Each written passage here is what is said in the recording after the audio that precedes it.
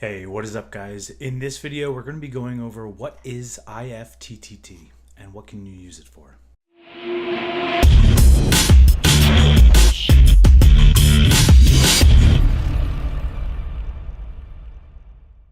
I've logged into IFTTT and you can see here I have 15 applets for my iOS. I have an iPhone. That's not a secret. I have some things set up, and what basically IFTTT is it stands for if this then that, which is a programming sort of language. If this happens, then this other thing happens. It's a pretty simple concept, but this integrates your other your smart home devices, or even not smart home devices. You can integrate Google Calendars or your email, text messages, things like that. So it lets you integrate things that normally don't talk to each other. So it's a cool thing for that. So if I go to search, we can just look at sort of what is in here, what they have. So you can see Twitter is here, Skype, Evernote, Alexa, Drive, Gmail, Hue, which is light bulbs, Pocket, ESPN, Spotify. And you can come in here under search and you can type, let's say I have a Google Home. So I type in home. That's called Google Assistant in here. So you come in here and then it has my applets. So it gives you sort of sample things that you can do with IFTTT.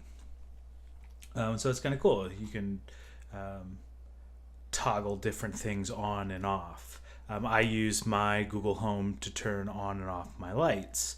I have Philip Hue lights. That's something you can actually do directly with the Google Home app, but you could do that with this as well.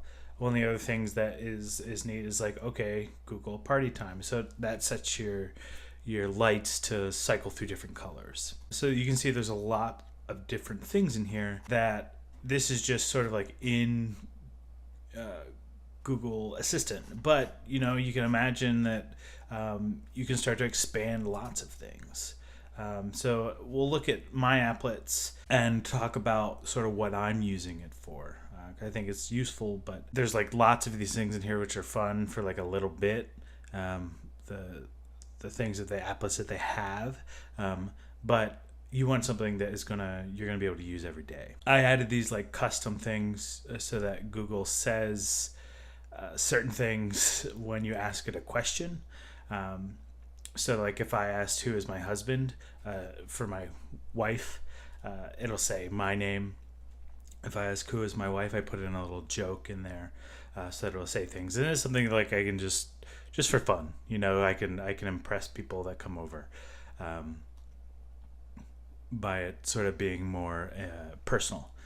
I also have when I was commuting to work every day, I would have an email sent to my wife. It was essentially like texted. It would.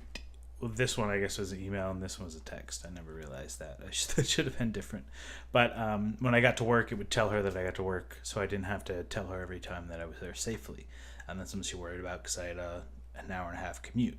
And then when I leave work, she knows that I'm leaving, so that she knows that I'll be home in like an hour and a half, and knows when to start dinner or something like that. And then I had in here track in Google Spreadsheet when you arrive and leave work. This helped me at the place that I worked. I had to log my time so that we could bill people. So I would know when I came to work and when I left for lunch and when I came back. So I would know for that day how many hours that I worked. So that was useful for me. This automatically wish your friends a happy birthday on Facebook hasn't worked very successfully for me. I've seen it say things to people and it is grammatically incorrect. So I'm actually going to turn this off. Boop. Because it's weird and impersonal. I thought it would be cool, but it's not. Get mobile notification remind me. So this happens. I just get like a little text message that says, "Hey, the UV index is 7. Don't forget to put on your sunscreen. And of course, I ignore it, but I get it. At least I know what I should be doing. If you say it's bedtime, then run Stringify Flow. One of the cool things about IFTTT, and there's another thing called Stringify. IFTTT is kind of limited, but they have a vast amount of softwares that they integrate with. There's another thing called Stringify, which allows you to like string things together. We'll go over that in a separate video, but like when I say it's bedtime, Stringify Flow dims all my lights, and it'll give me like 5 minutes and dim all the lights. And you can't do something like that. I could turn off the lights, but with this, I just want like certain lights to be lit up while I'm going to bed or walking to bed, and then them to slowly fade out. So it's a little more complex. But I use Stringify to make more complex things, and IFTTT for more general things.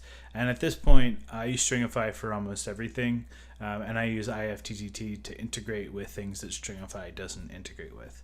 But it gets kind of complicated, but we'll go over that in a future episode. So hopefully this helped. I'll give you sort of a quick overview of what IFTTT is. Again, it's if this, then that.